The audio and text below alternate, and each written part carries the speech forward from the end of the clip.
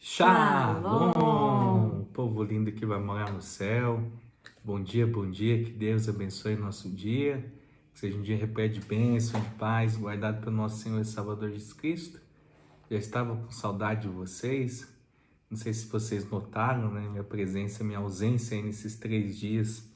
Aí a gente estava acertando uma questão de horário, né? Que eu voltei a trabalhar na empresa. E em função disso, a gente precisou ajustar o horário para a gente poder estar gravando devocional. Mas vamos aí retomar com força total em nome de Jesus, porque as coisas de Deus é prioritário. A gente sempre tem que encontrar, né, um meio, um caminho, um momento do dia para a gente refletir, né, sobre as coisas do reino de Deus. Não somente dessa vida terrena, mas principalmente as coisas que vêm do alto. Amém. É por isso que nós estamos aqui, né? Para trazer esse maná, esse pão fresquinho do céu que vai te sustentar, te alimentar e te fortalecer para mais um dia. E pode ser que em alguns momentos você não tenha ali, né, aquela paisagem, o canto das galinhas, dos pássaros, mas nós vamos ter o pastor Rodolfo. Então a gente vai ter que lidar às vezes com, né, a nossa paisagem aqui. Mas eu creio que não é isso que vai impedir a gente de receber a palavra, de nos fortalecer e de estarmos juntos aqui nessa caminhada. Eu estava, antes dele chegar aqui, eu estava vendo a Bíblia, eu pensei, nossa, acabando 1ª e 2ª Crônicas, que passa rapidinho, a gente vai gravar ali, né, Esdras, Neemias, Esther, e eu não vejo a hora de chegar no livro de Jó, né, porque... né, é um livro maravilhoso, eu gostei muito quando eu já gravei os devocionais e eu não vejo a hora de regravar com o Rodolfo comigo, e eu creio que você que está acompanhando a gente, que tem, né, sido assíduo aí com as suas leituras, eu creio que você também está ansioso aí para novos capítulos, mas é gostoso esses livros de, né, 1ª e 2ª Crônicas para a gente fazer uma retrospectiva. Um capítulo que nem esse, 24, ele parece ser um capítulo assim que um pouco maçante, uma leitura que às vezes a pessoa pensa, não é tão interessante a gente ver os turnos dos sacerdotes e ouvir esses nomes. Mas eu quero falar para você assim que Deus vai, logo de cara tem uma revelação aqui para nós no início desse capítulo. Então aí, ó, fica conosco para você descobrir o que esse capítulo tem que vai mexer com você aí e que já falou muito aos nossos corações aqui também. Amém? Os turnos dos sacerdotes. Quanto aos filhos de Arão, foram eles divididos por seus turnos. Filhos de Arão: Nadab, Abiú, Eliezer e Itamar. Nadab e Abiú morreram antes do seu pai e não tiveram filhos. Eliezer e Itamar oficiavam como sacerdotes. Davi, com Zadok, dos filhos de Eliezer, e com Aimeleque, dos filhos de Itamar, os dividiu segundo os seus deveres no seu ministério, e achou-se que eram mais os filhos de Eleazar entre os chefes de famílias do que os filhos de Itamar. Quando os dividiram dos filhos de Eliezer, 16 chefes de famílias dos filhos de Itamar, 8. Repartiram-nos por sortes uns com os outros, porque havia príncipes do santuário e príncipes de Deus, tanto os filhos de Eliezer como dos filhos de Itamar. Semaías, escrivão, filho de Natanael, levita, registrou-os na presença do rei. Dos príncipes dos sacerdotes, Zadok de Aimeleque, filho de Abiatar, e dos cabeças das famílias, dos sacerdotes e dos levitas, sendo escolhidas as famílias por sorte, alternadamente para Eleazar e para Itamar. Saiu a primeira sorte a Jeoiaribe, a segunda a Gedaías, a terceira a Arim, a quarta a Seorim, a quinta a Malquias, a sexta a Miamim, a sétima a Acós, a oitava a Abias, a nona a Jesua, a 10ª a Secanias, a 11ª a Elizibe, a 12ª a Jaquim, a 13ª Upa, a 14ª a Jezebeabe, a 15ª a Bilga, a 16ª a Imer, a 17ª a Ezer, a 18ª a Apises, a 19ª a Petaías, a 20ª Jesquel, a 21ª Jaquim, a 22ª a Gamul, a 23ª Delaías, a 24ª a Mazias. O ofício destes no seu ministério era entrar na casa do Senhor, segundo a maneira estabelecida por Arão, seu pai, como o Senhor Deus de Israel lhe ordenara. Eis os chefes dos restantes dos filhos de Levi. Dos filhos de Anrão, Subael; dos filhos de Subael, Gedias; dos filhos de Reabias, Isias, o chefe; dos Isaritas, Selomite; dos filhos de Selomite, Jate; dos filhos de Hebron, Gerias; o primeiro, Amarias; o segundo, Jaziel; o terceiro, Jecameão; o quarto, dos filhos de Uziel, Mica; dos filhos de Mica, Samir; o irmão de Mica, Isis; dos filhos de Isis, Zacarias; dos filhos de Merari, Mali e Muzi; dos filhos de Jazias, Beno; dos filhos de Merari, da parte de Jazias, Beno, Soão, Zacur e Ibre; de Mali, Eleazar, que não teve filhos; dos filhos de Quis, Jeramel; dos filhos de Muzi, Mali, Éder e Jerimote.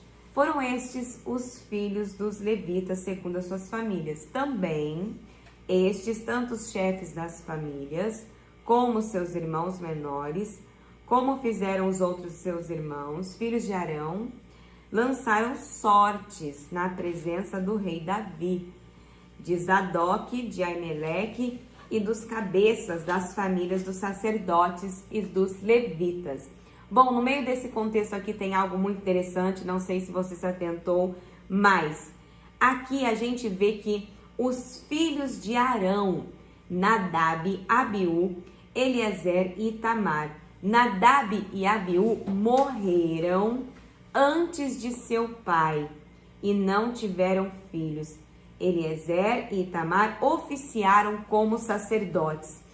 Eleazar e Itamar não iriam oficiar como sacerdotes, porque eles eram os mais novos. Ali, quem iria estar atuante como sacerdote seriam ali, né, Nadab e Abiú, que morreram antes dos seus pais e não tiveram filhos.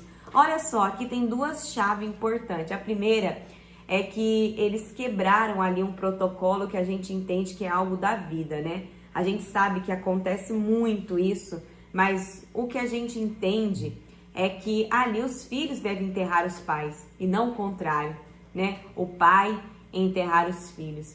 A gente sabe que isso acontece, mas o que todo pai quer é ali ter os seus, né? Chegar na sua velhice, olhar para trás, ver contentamento de dias e ver os seus filhos, né, ali prosperando, bem encaminhados. E aqui a gente vê que Nadab e Abiú, eles não só morreram cedo, como também não tiveram filhos. E ali naquele contexto daquela época, como se eles não têm uma descendência, como se o nome deles fosse ficar ali esquecidos. E muito nos ensina isso, porque eu fiquei pensando e falando com Deus, meu Deus, né? Quantos jovens hoje em dia têm a sua vida ceifada, né? A gente sabe que Nadab e Abiú ali, houve uma situação que eles levaram fogo estranho. Não, a Bíblia, quando mostra pra gente lá em Levítico esse fato, a Bíblia não fala especificamente o que foi que aconteceu em relação àquele fogo estranho. Mas fato é que eles morreram porque eles sabiam como que eles tinham que atuar ali. Eles eram filhos de ninguém menos, ninguém mais que Arão, né? Aquele que foi separado para ali cuidar das coisas santas ali do Senhor. Então eles tinham toda uma direção, mas eles morreram precocemente porque brincaram com as coisas do Senhor, e ali trouxe ali uma consequência que eles ficaram praticamente esquecidos no meio da história, né? E o cronista, ele é bem enfático aqui em dizer que eles morreram antes de seu pai, ele deixa isso claro, e ainda fala que não tiveram filhos. Então, nesse contexto todo aqui, se eles tivessem filhos, os filhos deles estariam escalados aqui, os filhos dele, a geração dos filhos deles iriam entrar aqui, ia ter uma honra em relação a eles, em relação aos filhos, mas foi tudo por água abaixo. Por conta do quê? Por conta que eles não levaram a sério as coisas do Senhor e ali, né, trouxeram sobre si consequências. Então, para nós, né, eu creio que Deus ele vai falar diferente com cada um. Mas o que eu entendo é a irresponsabilidade do ser humano, ela muitas das vezes prejudica não somente ele, como outras pessoas. Aqui esse pai foi prejudicado, gente, né? Imagine esse sacerdote, que era um sacerdote respeitado, que era um homem que se destacava ali no meio dos anciões. Esses filhos dele, eles estiveram lá no monte quando Deus se revelou para os anciões e para os sacerdotes e para todo mundo ali, junto com Moisés.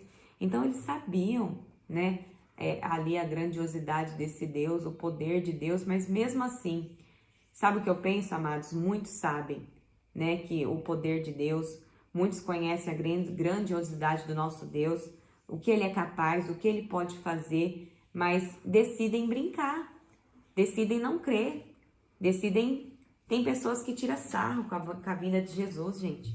Tem pessoas que falam assim, desde quando era criança aí, tem essa historinha aí, que Jesus ia voltar e até hoje não voltou e vocês estão tudo aí, acreditando que Jesus vai voltar. Só que, gente, quantos já dormem? Para quantos Jesus já voltou, né? Quantos não têm mais a oportunidade de apagar o que fizeram? Já estão ali descansando, esperando o grande dia de serem julgados por aquilo que eles fizeram aqui nessa terra. Então, eu acredito assim, o que fica para mim é o que você crê, o que você acredita e o que você decide hoje no seu dia fazer, né? Então, para mim fica isso. E o pastor quer colocar alguma coisa? Não, acho que foi muito bem colocado aqui o que a Paula disse, né? É lindo você ver essa disposição, né, desses homens que eram ministros, né, sacerdotes que foram separados ali. Eles tinham essa atribuição de servir, né, se dedicar às coisas do Senhor. É necessário ter zelo, né, cuidado. Não dá para fazer a obra de Deus de uma forma desleixada, né? As coisas de Deus é organizada. A gente faz tantas coisas, a gente faz bem, né? A gente quer o melhor, melhor casa, eu quero um melhor emprego, eu quero um melhor de tudo. Mas quando parece ser para as coisas do Senhor, não há esse mesmo engajamento, né? Então, que a gente possa ser a diferença no nosso dia, né? Fazendo aquilo que agrada o coração de Deus, em nome de Jesus. Amém. Amém? Vamos orar? Senhor, meu Deus e amado Pai, nós te rendemos graças, Senhor, por mais essa oportunidade que o Senhor nos concede, de poder, Senhor, desfrutar, Senhor, dessa palavra abençoada que nos ensina, Senhor, a ter compromisso e zelo com as coisas do Senhor, Pai. Não devemos fazer as coisas do Senhor de uma forma desorganizada, desordenada, Senhor, porque esse desleixo, Senhor, que a gente vê por aí, acaba fazendo com que muitas pessoas não sigam esse caminho e se afastem do caminho do Senhor, e a gente pode prestar conta por isso. Há um compromisso, sim, em diversas áreas da nossa vida, mas principalmente nós devemos ter reverência e temor com as coisas de Deus. Colocar o plano perfeito do Senhor em primeiro lugar, ó Deus. Que o Senhor possa, Senhor, abrir os nossos olhos, a nossa mente e trazer o entendimento, Pai, que nós precisamos todos os dias, Pai, de permanecer firme e forte na Tua palavra, vencendo, Senhor, as lutas de cada dia e principalmente não desistir, mas ser perseverante nessa caminhada, porque sabemos que não é fácil, mas se o Senhor for conosco, nós não vamos sair daqui sem a Tua presença, Pai. Nós vamos vencer para a honra e glória do Senhor Jesus. Assim nós cremos, Pai, e esperamos, sim, fielmente, a Tua palavra, Senhor, a Tua volta, Senhor Jesus, porque o Senhor há de voltar.